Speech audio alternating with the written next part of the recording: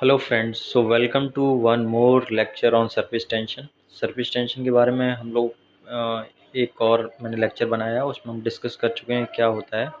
तो आज के लेक्चर हम देखेंगे surface tension in bubble and droplet पर किस तरह से हम इसका जो एक्सप्रेशन है वो ड्राइव करते हैं। तो एक बार पुराने को हम रिपीट करें तो सरफेस टेंशन बेसिकली क्या है, मतलब इस पुराना रिपीट करें तो सरफेस टेंशन इसलिए होती है क्योंकि जो अपर सरफेस होती है किसी लिक्विड सरफेस, वो एज अ स्ट्रेच मेम्ब्रेन में बिहेव करती है। क्यों बिहेव करती है? क्योंकि उसमें नीचे की तरफ एक अनबैलेंस फोर्स लगता है उसको बैलेंस करने के लिए। दूसरा पॉइंट, सरफेस टेंशन किसकी वजह से होती है? कोहेशन की वजह से होती है।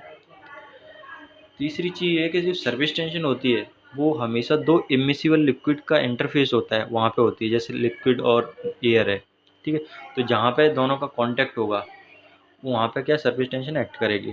सरफेस टेंशन वहाँ भी एक्ट करती है जहाँ पे दो अलग तरह के जो इमिसिबल लिक्विड्स हैं वो कांटेक्ट में आते हैं, लेकिन उसको हम वहाँ पे इंटरफेशियल टेंशन बोल देते हैं। तो basically surface tension interfacial tension एक ही है, लेकिन जनरली क्या होता है जहाँ पे लिक्विड और एयर का होता है इंटरफेस उसको हम बोलते हैं सरफेस टेंशन, और जहाँ पे लिक्विड या ऑयल का इंटरफेस होता है उसको हम इंटरफेशियल टेंशन बोल देते हैं।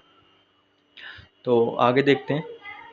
ये देखिए लिक्विड ड्रॉपलेट पे हम किस तरह सरफेस टेंशन का निकालते हैं। तो बेसिकली ये है, लिक्विड ड्रॉपलेट क्या होता है, एक सर्कुलर ड्रॉप होती है, सर्कुलर होता है उसका शेप, और उसमें अंदर वाटर होता है और बाहर क्या होती है, एयर होती है। ठीक है, तो जहाँ पे एयर वाटर का इंटरफेस होगा वहाँ पे सरफेस टेंशन एक्ट करेगा। दूसरा चीज़ ये है कि जब कोई सरफेस कॉनकेव होती है तो अंदर की तरफ क्या होगा, कॉनकेव सरफेस होगी, बाहर क्या होगा, कॉन्वेक्स सरफेस होगी। तो आपको ये हमेशा ध्यान रखना है कि जो आपका कॉनकेव सरफेस होती है वहाँ पे ज़्यादा प्रेशर एक्सर्ट होता है, और कॉन्वेक्स सरफेस होती है वहाँ पे कम प्रेशर लगता है। इसलिए जैसे एरोडायनेमिक डिज़ाइन वगैरह किए जाते हैं जो एरोप्लेन के विंग्स वगैरह, तो हम इस तरह से डिज़ाइन करते हैं कि नीचे की तरफ का जो पोर्शन है वो कॉनकेव रहे और ऊपर की तरफ वाला कॉन्वेक्स रहे, जिससे नीचे से एक लिफ्ट जनरेट हो सके। ठीक। ऐसे ही यदि आपने बैलून देखा तो बैलून में अंदर यदि हवा भर देंगे तो अंदर कॉनकेव सरफेस है तो अंदर क्या होगा, ज़्यादा प्रेशर एक्सर्ट होगा, और बाहर कॉन्वेक्स सरफेस है तो बाहर कम प्रेशर एक्सर्ट होगा। तो बाहर अंदर जो ज़्यादा प्रेशर लगता है उस प्रेशर को बेसिकली बैलेंस कौन करता है? उस प्रेशर को बैलेंस करता है सरफेस टेंशन। यदि मैं उसकी बात करूं बैलून की, तो बैलून में आपने अंदर हवा भर दिया, प्रेशर हो गया उसमें अंदर, तो उस प्रेशर को बेसिकली बैलेंस कौन कर रहा है? जो बैलून की सरफेस पे टेंशन क्रिएट हो रही है वो उसको क्या कर रहा है, बैलेंस कर रहा है।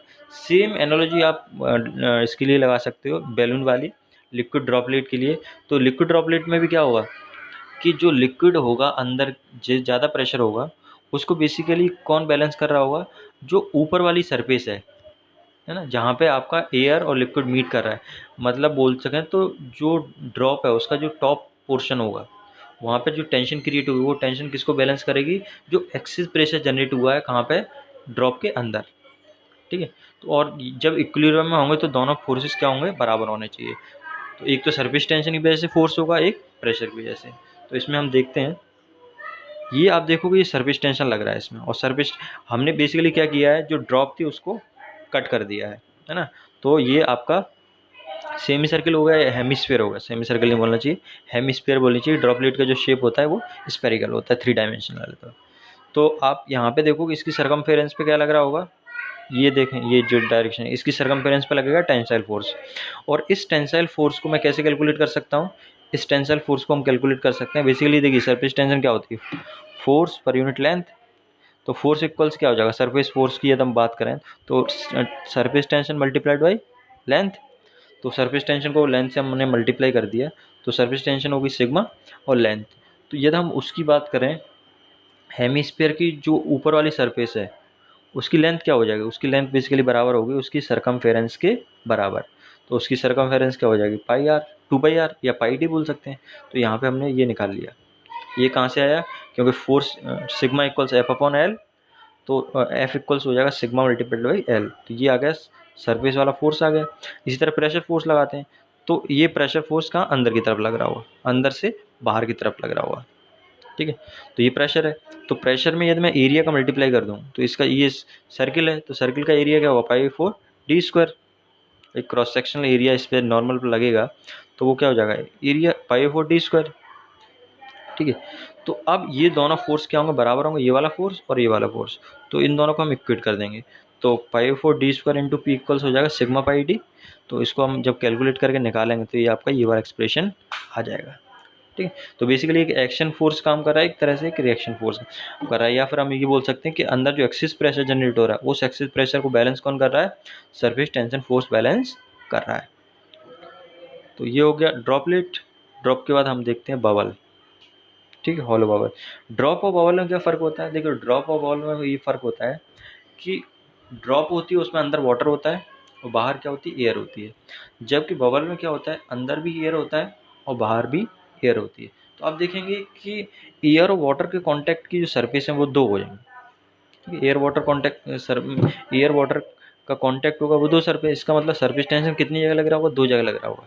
एक ऊपर लग रहा होगा, एक अंदर लग रहा होगा, क्योंकि जो वाटर और एयर का कॉन्टैक्ट सरफेस है वो दो है। तो हम यहाँ पे देखेंगे, यदि हम सरफेस टेंशन की बात करें तो सरफेस टेंशन इस केस में क्या हो जाएगा, डबल हो गए, 2 इंटू सिग्मा पाई डी। पाई डी क्या होगा, वही इसका लेंथ हो जाएगा। ऐसे ही हम प्रेशर फोर्स की बात करें तो प्रेशर क्या हो जाएगा, प्रेशर वही हो जाएगा, प्रेशर मल्टीप्लाइड बाई एरिया। तो प्रेशर को एरिया से मल्टीप्लाई किया तो ये आ गया। अब इन दोनों फोर्स को हम क्या कर देंगे, इक्वेट कर देंगे। तो इक्वेट करेंगे तो आप ये आ गया P equal 8 sigma upon D. और जबकि उसके लिए हमने निकाला था, उसके लिए क्या आया था, P इक्वल्स उसका ड्रॉप के लिए आया था आपका P equals 4 sigma upon D. तो this is it, thank you for watching.